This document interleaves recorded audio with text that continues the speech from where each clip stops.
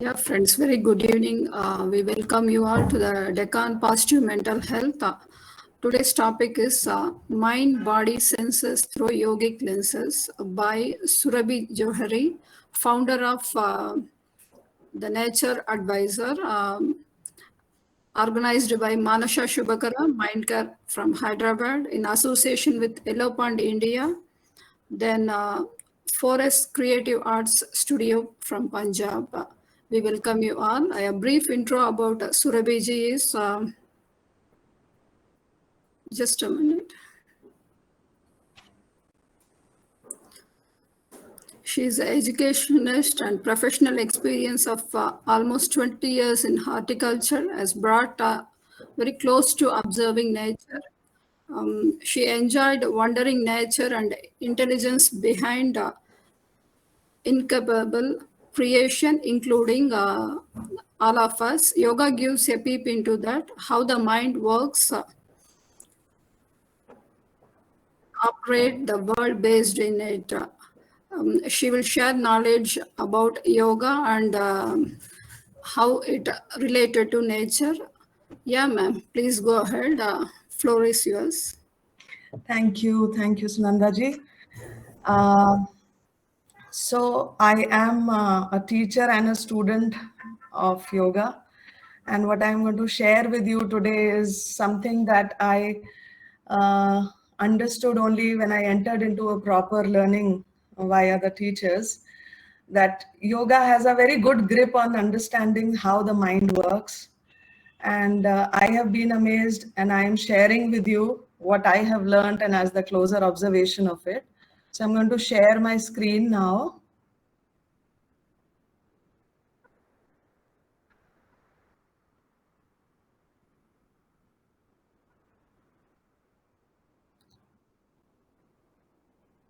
Is this visible?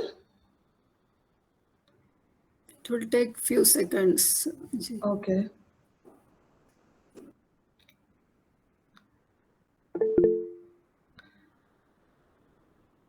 Yes.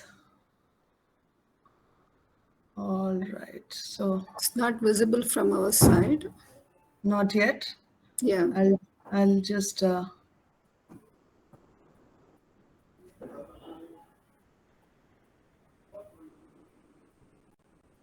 Yeah, now it's visible.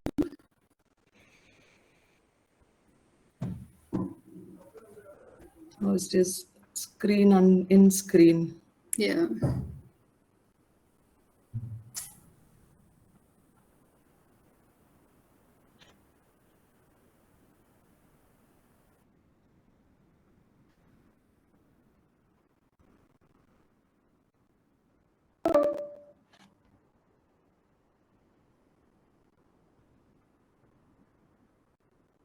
Oh, it is showing some error. So I'll retry.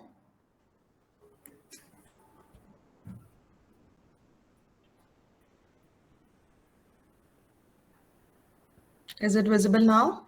Yeah, it's visible, but in a small screen.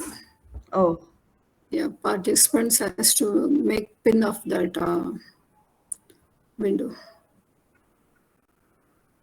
okay. So please let me know if it is functioning for you at by pinning or something. Yeah, friends.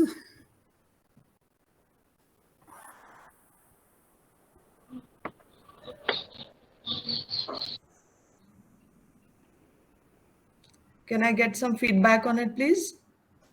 Yes, ma'am. Yeah, Flora Miranda. I Yes, think it's ma'am. visible from your side. It's visible. Is it? Yes, ma'am. All right. So shall we start? Yeah, ma'am. Yeah, please go ahead.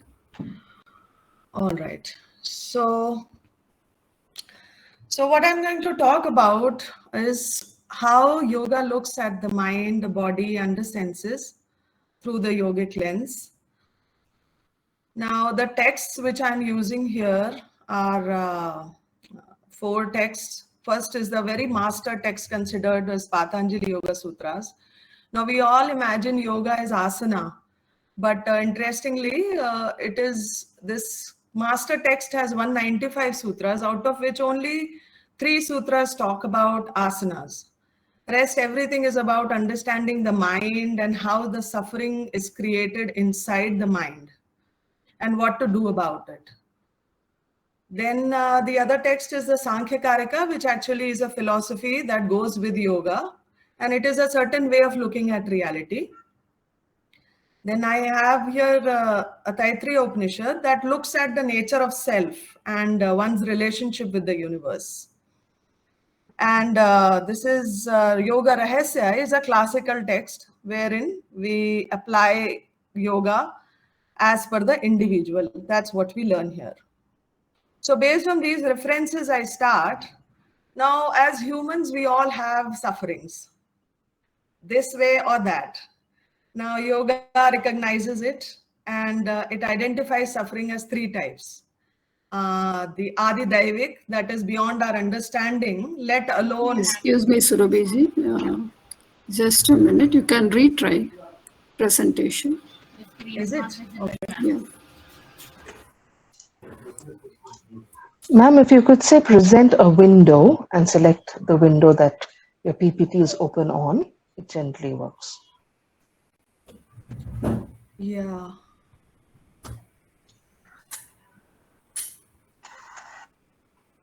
Let's see. Is this working now for you? Not yet? Yes, it is. Yes, ma'am. It It is. is. Yes, ma'am. Yes, ma'am. Very good. Something changed and worked for us. Very nice. Thank you. So I will not disturb it any further. I'll carry on. So I was at the 3 types of sufferings that yoga identifies. So first is the Adi Daivik, that is beyond our understanding, let alone resolving it. Then Adi Bhautik. Bhautik is the material world all around it, the sufferings towards which science and technology is continuously working to find solutions of.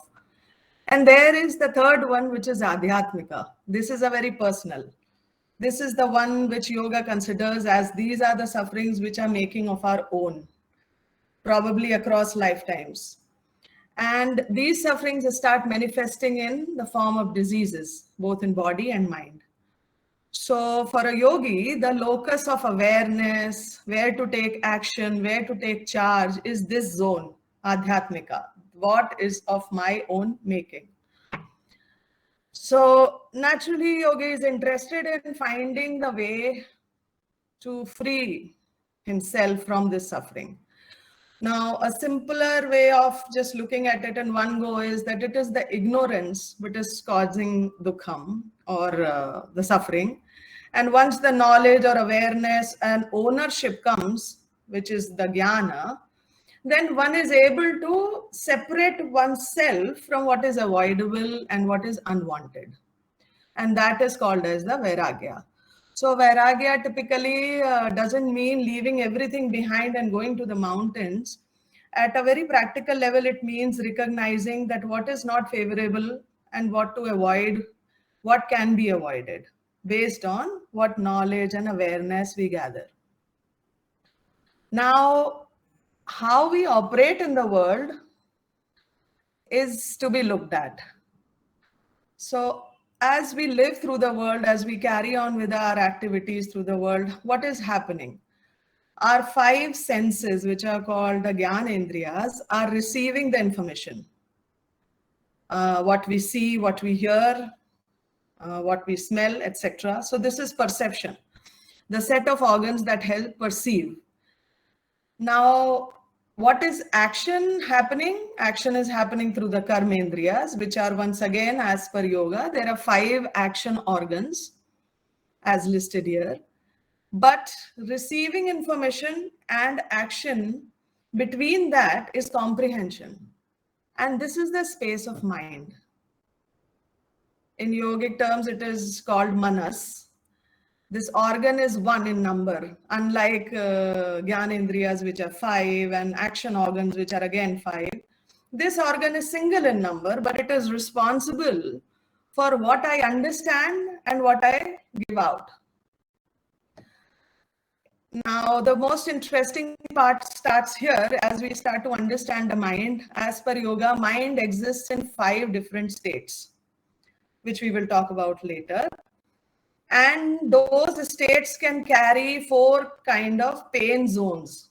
In yogic term, those pain zones are called kleshas. Kleshas are something that are cause of pain. So even though the organ is single, the states are 5, and possibilities relating again are in 4 zones. Now, when we are talking about mind, I want to talk a little about buddhi. That manas, that is mind, and buddhi in yoga are different things. They are not the same thing. Buddhi is a more purer and unadulterated form of intelligence. It is the purer intellectual intelligence.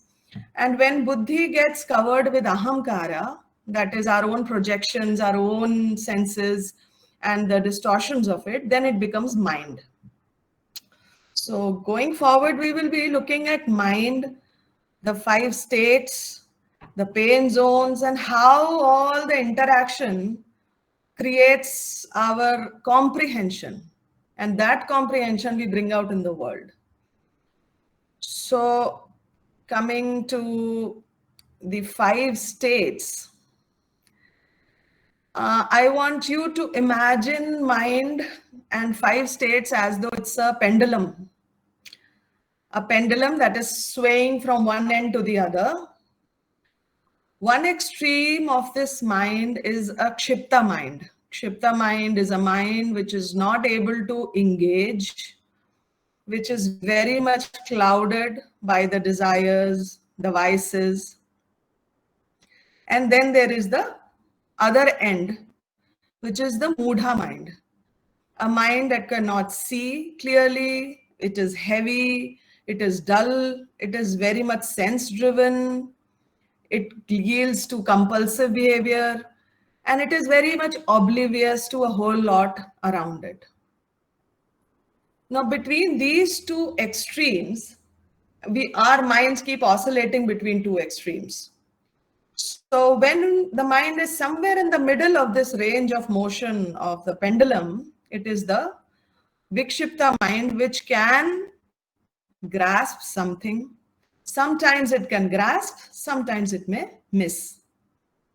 But this is the place where the awareness takes seed, where the acknowledgement takes seed. When the mind is able to stay in this vikshipta state for a longer period, it is able to stay centered and focused. And only with that centeredness and focus, one can stay with a subject, with an understanding, grasping of it, and grow with it. After staying in ekagra mind for a duration, the process looking at the pendulum once again, now instead of swaying from left end to the right end, coming to the center is ekagra mind, that is a centered mind which is able to focus, which is able to understand, which is able to grasp, and it is able to stay there and then makes progress upwards. The focus improves, and the ultimate goal for yogi becomes chitta vritti nirodha. What does that mean? Chitta is another word for mind. Vritti means distortions that play in the mind. And nirodha is cessation. So only after ekagra mind is able to stay put, it gradually grows and develops an understanding and is able to reach a place where the mind is free of distortions and disturbances. And that is what the yogi call, I am established in my true nature. And that state is described something like a very clear stream of water flowing so gently that the bottom is very visible. There is no muddiness, there are no ripples. It is just a clearly flowing stream. So this is the ultimate goal. But what is happening is in these 5 states of mind, these are the states which keep us oscillating. And why are these states manifesting? Sankhya philosophy says that the very unit of every creation lies in gunas. Gunas can be rajas, tamas, and sattva. Every creation has these three forms, and it is only the interplay of the ratios between the three that they are the way they are. Now, I want to stay on this gunas for a little while because that gives a glimpse into the mind once again. All of us are made of these three things, rajas, tamas, and sattva, in various proportions, in various ratios. The ratios change through our lifetimes. The ratios change through the day also. So rajas is something that is identified by desire, by excitement, by action, by movement, and it also is responsible for the transformation. Then tamas is something which is heavy, it is obscure, it has an inertia, it is veiled, it cannot see clearly. And then the third constituent is sattva, which is light, it brings clarity, it is bright. If we look at individuals also, at times we will be able to see a dominant attribute. Somebody might be very much oriented naturally to action. Somebody might be oriented to very simplistic life and very clear in thought and action. And tamas might be seen in sloth, laziness, etc. But at the same time, I want to point out there is nothing wrong with being rajas dominant or tamas dominant or sattva dominant. This is just how it is. And every attribute has a role to play in the way we are able to live and grow and rest. So after these 5 states of mind, I want to talk about the pain zones, as I mentioned. So pain zones or the kleshas. Klesha, as I said, is anything that can result in pain. Now, yoga says that when the mind is responding, it might be in any of those 5 states, and it might be in any of these pain zones. More than one pain zone can exist simultaneously. So just imagine if I'm receiving, my senses are bringing me some information, I'm seeing somebody, and depending on where my mind is located, I might imagine something good about that or something detestable about that. It will all depend on where my mind is located. So the 4 pain zones which yoga identifies are asmita, raga, dvesha, and abhinivesha. Asmita is very big and very amorphous. It is a certain sense of self which keeps changing as we grow. And it is a form of identifying with our own self or with things which we feel these are mine, not mine. This is who I am or I am not. So this is a sense of self-identification, which is very integral to our existence also. And then the other pain zone is raga. Raga means I like the things that get attached. I really like this. This is what I desire. And I just can't be without it. Those fall under the raga basket. Then the third pain zone is dvesha, wherein the hate, aversions, detestment, all this lies. That I just don't like it. Now the fourth one here is the pain zone that may create pain within us, that may create the suffering within us, is abhinivesha, which in simple term is a sort of fear. It is a very instinctual nature in all of us to have a sense of self which we create for ourselves. And we hold on to it because that is how we identify ourselves. And we hold on to it with the fear that if we lose this sense of self, then it is like losing the idea that we have of our own self. So this fear ends up driving a lot of our choices. a lot of our preferences and the way we respond. So this was about the mind from the point of view of yoga, wherein we saw that it is like a pendulum existing in 5 different states. Then we looked at the 4 pain zones, from where the mind may look at things and comprehend. So all this muddles the way we are comprehending the information, and based on that, we guide the mind to respond, and the actions come out accordingly. So from mind, I want to move to the body, that how yoga looks at the body. So yoga says that body is not just what we see from our bare eyes. What we see from our bare eyes is just Annamaya kosha, or the gross body, which is made up of the food that we eat.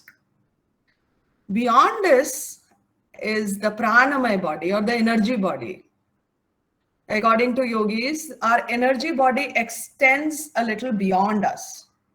So it is the energy field, what we say, of a person, of an individual, or any living thing. Then is the Manomaya body. Manomaya body may also be understood as the emotion body, or the thought forms that we generate in our mind. And then is the intellect body, which is operating through pure buddhi. And finally is Anandamaya body, which is the bliss body, which is the ultimate goal for the yogi, to find that Satchitananda. Now, all these 5 bodies are not independent of each other. They are interpermeating. They all exist in an interpermeated format. And all the manifestations of our mind, of how it is receiving, what it is comprehending, all that interplays present themselves in these 5 koshas, or the bodies. How we are feeling, how is our energy, how far are we from the bliss, how much clarity do we have at looking at things, what is happening with the gross body, what is the health of the gross body, what is the health of the emotional body. All the manifestations happen here, but all originating from the mind. So far, we have taken a look into the mind and the body from the yogic sense. Now we will look at that what happens if the senses are disturbed. So once again, reviewing that whatever the way we think about our own selves, we behave towards our own selves or the other, it is actually a mental interpretation of the information which we are receiving from the senses, and making sense of it based on where the mind is located. So disturbance in prana, that is the energy which is going into us via breath, that disturbance causes disturbed senses. When the senses get disturbed, they start running outwards, getting drawn by the desires, by the ragas, the dveshas, and that balance is lost. Instead of being centered, the mind is now crazily running around for things which are outside of it. This loss of balance further causes the irregularity in the sensory functioning. And once again, the sensory reception is also changed. The distorted perception which the mind is receiving, it is interpreting from a distorted place, and then it is translating into a certain action. That action may be good or bad. Only that action says for itself. But all this distortion is suffering of mind and body as yogi sees it. Now, how does a yogi identify these sufferings? So the text Yoga Rahasya, which I mentioned earlier, talks about 12 diseases of the mind. Now these are listed here. We can just take a look at these and I will say those out loud. It says desire, anger, greed, confusion, arrogance, and without any reason, a tendency of finding faults, regret, disparaging others, sense of jealousy, grief, insult, and fear. All these are in yoga identified as diseases of mind.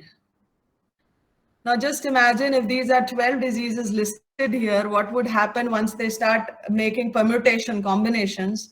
There are n number of possibilities, and those possibilities can manifest in n number of ways in the body, infinite. So it identifies very clearly that the origin is in the mind. Now identifying it, and then yoga gives us what to do, how to do about it. So the yogic way is Ashtanga way. Ashtanga means 8 limbs. So we all have heard yoga and we all have imagined it as doing postures, as asanas. But what makes yoga complete are 8 limbs of it. Now, what are these 8 limbs? Yoga identifies these 8 limbs as the tools, as the methods which help us avoid the sufferings which are avoidable and rise above the sufferings which are already present and go towards a mind which is clearer, which is stronger and stable. So what are these 8 limbs? So first is yamas, which can be understood as guidelines that we should practice as restraints in our life. So we all are familiar with the words ahimsa, satya. What does it truly mean? Ahimsa is not restricted to just not non-violence in the physical sense of violence. Ahimsa means being, what is our self-talk? What am I telling myself about myself? That is also a form of himsa if I am being very negative and cruel towards my own self. Satya. Satya we all know is telling and talking the truth. Now in yoga, Satya is not restricted to just I will tell the truth and only the truth and nothing but the truth. But Satya also means looking at our own selves very honestly and acknowledging and doing right by it.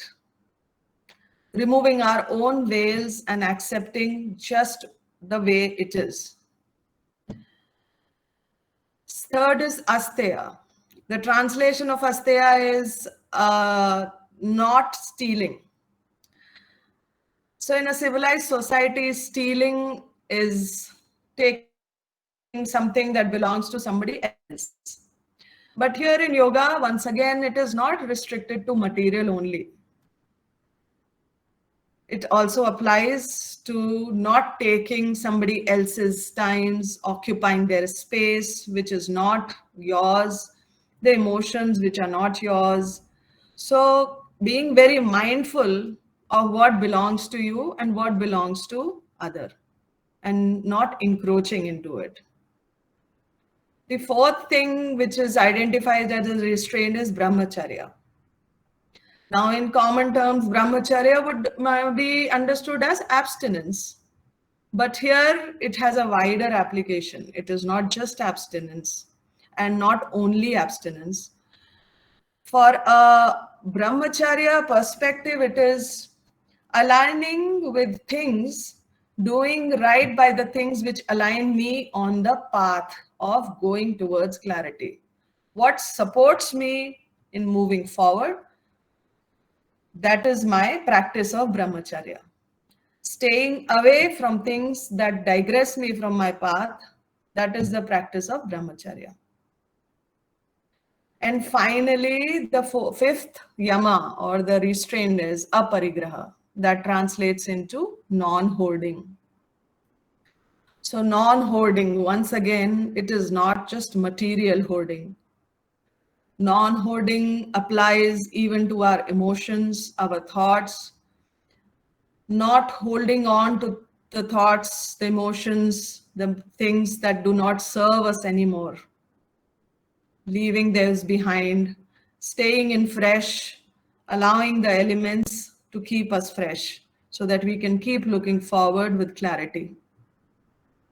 So these are the 5 restraints that yoga guides us with. Then comes niyamas, what it guides us to observe, what it guides us to follow. That will take us towards clarity, towards a stronger mind.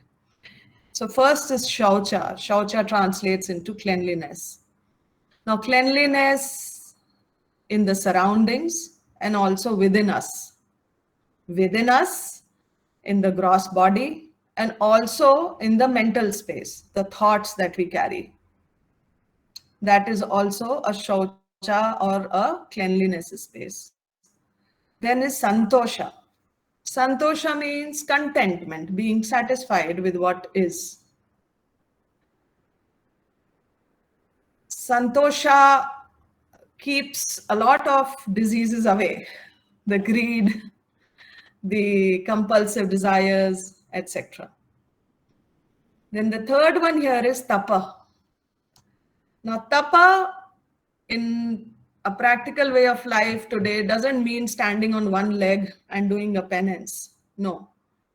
Tapa means to be able to stay on the path with the conviction and crossing over the obstacles because you know this is the path which will take me towards clarity and stronger mind. That is tapa. Despite the obstacles, despite the difficulties, you stay put on the path. Then the fourth thing is swadhyaya. Swadhyaya means self-reflection or self-study.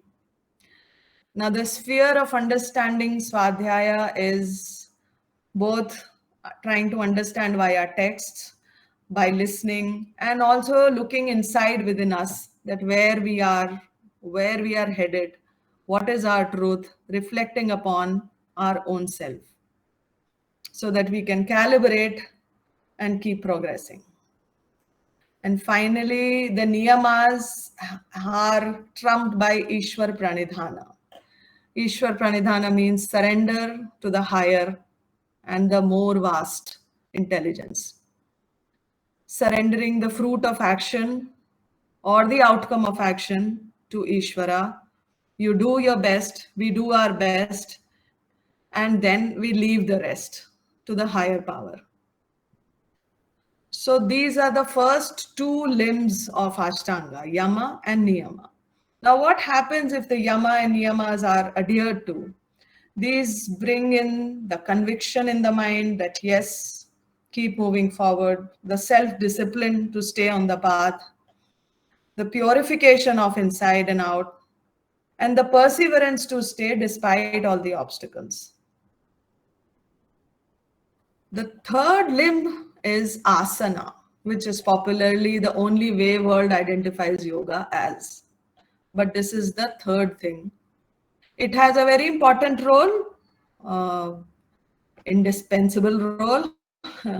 What it does is that it balances our rajas and tamas. That is the hyperactiveness both in the body and mind and the inertia both in the body and mind. So asanas, when we do, they help in mobilizing our energies and balance the energies in a way that we are more centered. And only when we are a little centered, we can progress towards what is called as pranayama.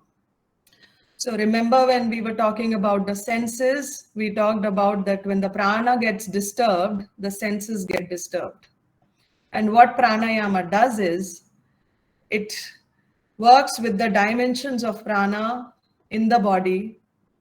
Prana is not just the breath. Breath is actually the vehicle.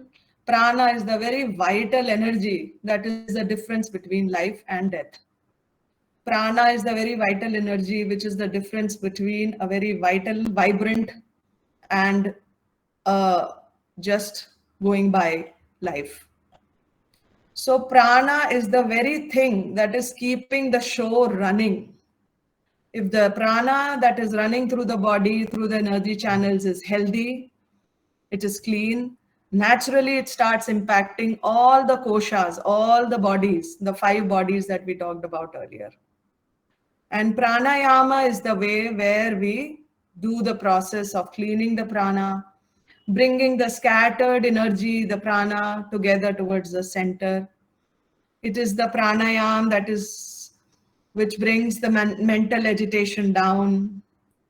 It is this that burns the impurities inside. And that is what takes an individual towards a disease-free state. Now, why is a disease-free state important?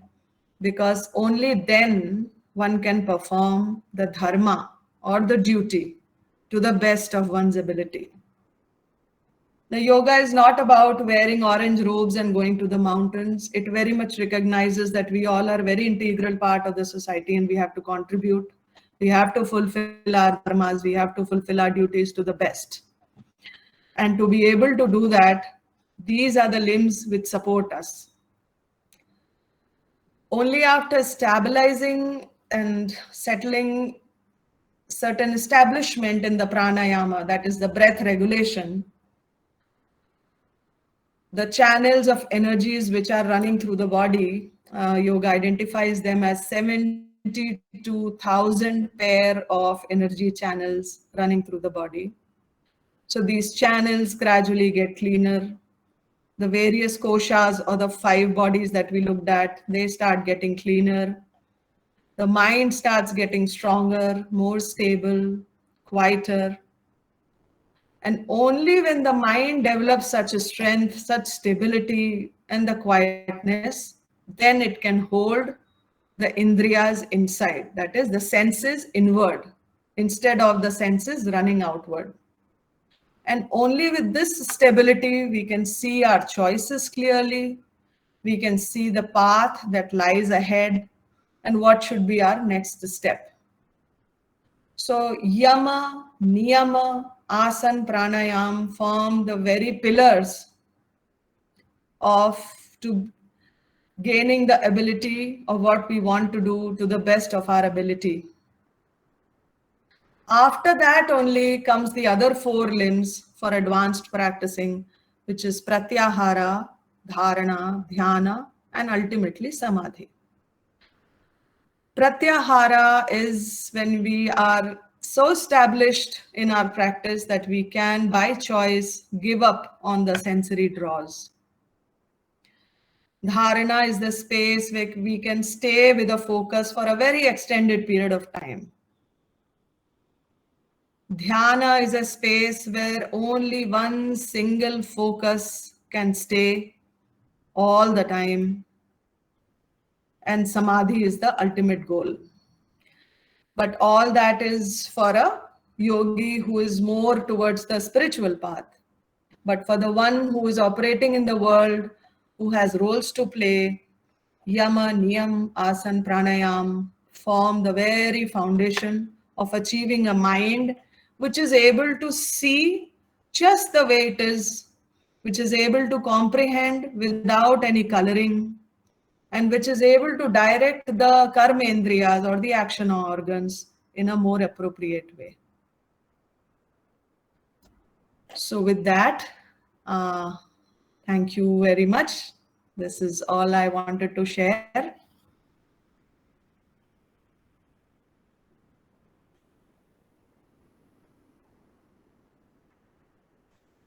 Yeah, thank you, Surabhiji. It was a wonderful session. You explained beautifully how our sense organs and how it affects.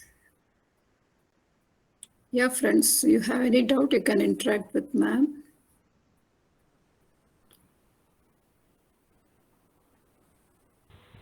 Ma'am, could I ask? Yeah, Yes, Judy. please. Thank you, many force, for the wonderful session. I just wanted to ask: is this yoga therapy beneficial to all the patients with whatever sort of ailments they may be having? Okay, so what I shared with you is not the therapeutic aspect of yoga. Okay. This is a very base, the fundamental that forms the concept behind yoga. Okay. And there are very advanced teachers who actually take these fundamentals in the therapeutic format. And I think they are more equipped to answer about that what is the spectrum that is helped. Okay, one more question, just a tiny Sure. question. Is this yoga is this yoga therapy and yoga same? So yoga therapy is a very higher level of understanding these nuances of a person and then being able to use the tools that yoga provides us, which are many tools, and being able to use those tools for the specific individual, for the specific requirement. So it is a very specialized aspect of yoga therapy. Thank you, ma'am. Sure. Yeah, I can add up some more points, Surabhiji, with your permission. Please, please. Yeah. In therapy, they will focus wherever we are having illness or alignment, we can focus for that. General yoga is what we are discussing is for general people. When we do it daily, we can maintain our wellness, right? True. Yeah. Whatever we are talking, we have to spend time for half an hour or 1 hour daily, like a ritual. Like we are brushing, taking bath, same way we have to do yoga daily. It will boost our immunity, then mental wellness, will gain lot of benefits. So as you mentioned about benefits, I want to add little something here. In the text references, I talked about Patanjali Yoga Sutras. That is the ultimate master text. It has 4 chapters. The very first chapter talks about the benefits. Whenever that text came into being, it was recognized that only when the benefits are understood, one would choose to go on the path. Yeah. So yes, the benefits start coming in as the practice gets established. It's not like one has to reach to the ultimate pinnacle, then only the benefit will come. No, once the journey starts, benefit starts showing up in the life. Definitely. Yeah. Shankar Shanmugam is asking PPT, ma'am. If it is possible, you can share in group. All right. I will be able to post it on the WhatsApp group. I Yeah, think. you can share with me. Yes, I Else will it share with yeah. you and then you can take it further. Yeah. Yeah, friends, any other doubts, you can interact with ma'am.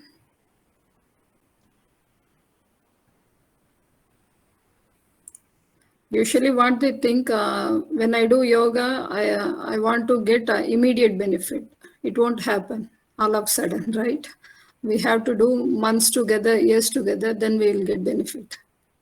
Yeah, and the way we look at yoga, see, we all are alive because there is a certain energy keeping us alive. That energy is flowing through us. Now, it has to be worked very carefully, systematically, methodically. There is nothing random and jerky about it because we are manipulating what is flowing inside. Yeah, prana, we are channelizing our prana energy. Yes. And yoga identifies that prana is the base which carries the emotions across lifetimes. Prana is what carries the memories in a certain format across lifetimes. So the way we are, everyone is different. 2 children of one mother are different.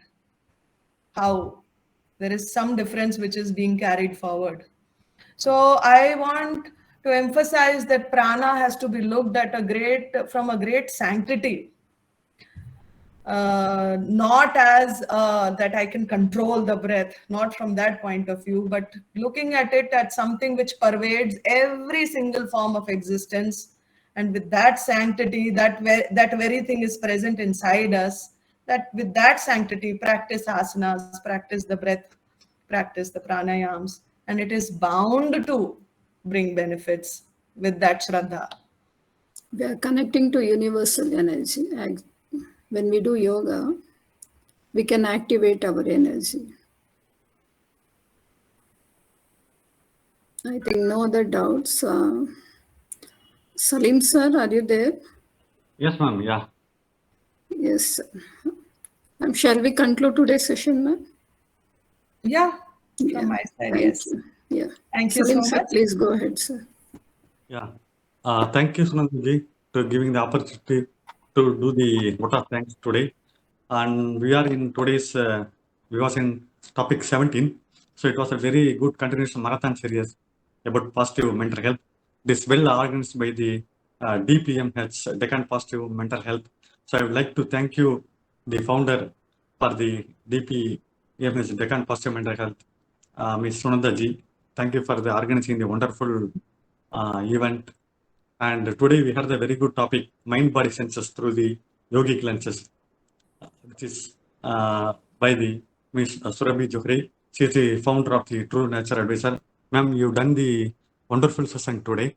So I hope all the participants enjoyed your session. So we would like to thank you on behalf of the Manasa Sukara Mindcare Hyderabad and Yellow Pond Counseling Center Hyderabad and Forest Creative Arts Studio Punjab. Thank you once again, ma'am. We would like to have some other sessions from you in the couple of months onwards, like October and November. Every month we want to have one session every month. And I would like to thank you all the participants who is traveling, all those from the topic 1 to 17 across the throughout the year of this 2022.